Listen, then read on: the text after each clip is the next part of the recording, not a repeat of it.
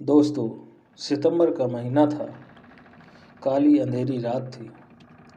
धीरे धीरे से हवा, ठंडी लहरें आ रही थीं। आकाश में बिजली चमक रही थी। महेंद्र चाचा अपने घर से दूर अपने खेतों में खाट पर सोए हुए थे। उनका खेत गांव के तालाब के पास था। बारिश के कारण पूरा तालाब भर गया था और खेत में घास भी ज़्यादा हो गई थी। उसके कारण अंधेरे में यह सब ज़्यादा डरावना लग रहा था। उस तालाब के किनारे आम के 6-7 बड़े बड़े पेड़ों की बगिया थी। आम के पेड़ की डालियां की आवाज़ भी काफ़ी डरावनी लगती थी। अचानक खेत में बंधी हुई भैंस ने चिल्लाना शुरू कर दिया। महेंद्र चाचा को पता ही नहीं चला कि आखिर यह भैंस ऐसा क्यों कर रही है। उन्हें लगा कि शायद ठंडी के कारण यह भैंस ऐसा कर रही होगी। इसीलिए महेंद्र चाचा के खेत में चिमनी जलाई। उस चिमनी के उजाले में महेंद्र चाचा की नज़र उनके खाट पे पड़ी। उन्होंने देखा कि एक स्त्री उनकी खाट पे बैठी है। यह देखकर उनका शरीर डर के मारे कांपने लगा। उसी वक्त में बिजली का तेज झटका हुआ। वैसे तो महेंद्र चाचा बहादुर थे, लेकिन आज उन्हें भी थोड़ा डर लग रहा था। उसी वक्त काका ने आग में सूखी घास डाली और आग को ज़्यादा बढ़ाया। इसकी वजह से वो औरत ठीक से दिखाई दे रही थी। महेंद्र चाचा ने तापने के साथ साथ बैठे ही घूम लगाई, कौन है, पर सामने से कोई प्रतिक्रिया नहीं मिली। इसलिए काका अचंभित रह गए। उनकी समझ में कुछ नहीं आया।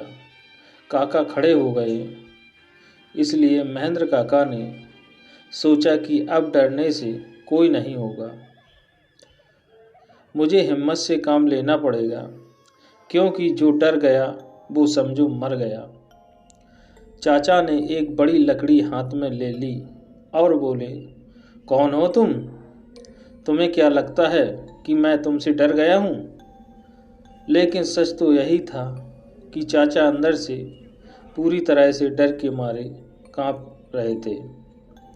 चाचा का यह गुस्सा वाला रूप देखकर वो स्त्री खड़ी हो गई और ज़ोर से बोली, क्या तुम मुझसे नहीं डरते?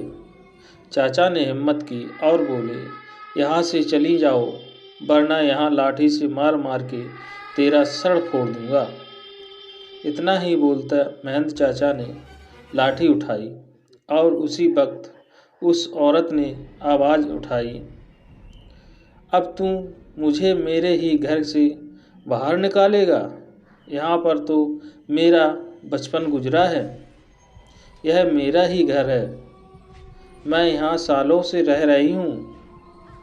यह सुनकर चाचा का डर और गुस्सा दोनों ही शांत हो गए। उन्हें लग रहा था कि मेरे सामने जो औरत खड़ी है उसे मैं जानता हूँ। उसकी आवाज़ भी जानी पहचानी लग रही थी। चाचा सोचने लगे कि आखिर यह औरत है कौन?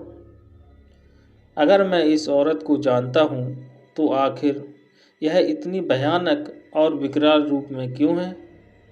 अचानक, अरे ये तो ज्योति है, मेरी बड़ी बहन। बचपन में मैं और ज्योति साथ में ही खेत में चारा काटने का काम करते थे। अब महेंद्र चाचा को पूरी बात समझ में आ गई। यह ज्योति के बचपन की बात है।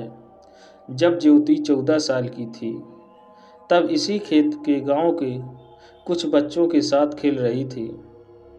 दूसरे बच्चों की तरह ज्योति भी पेड़ पर चढ़कर एक डाल से दूसरे डाल पर छलांग मार रही थी।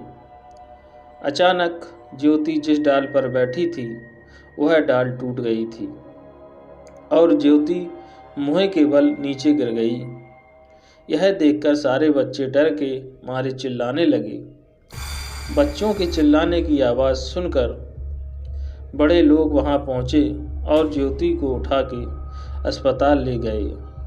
तब तक काफ़ी देर हो चुकी थी। ज्योति की मौत हो गई थी।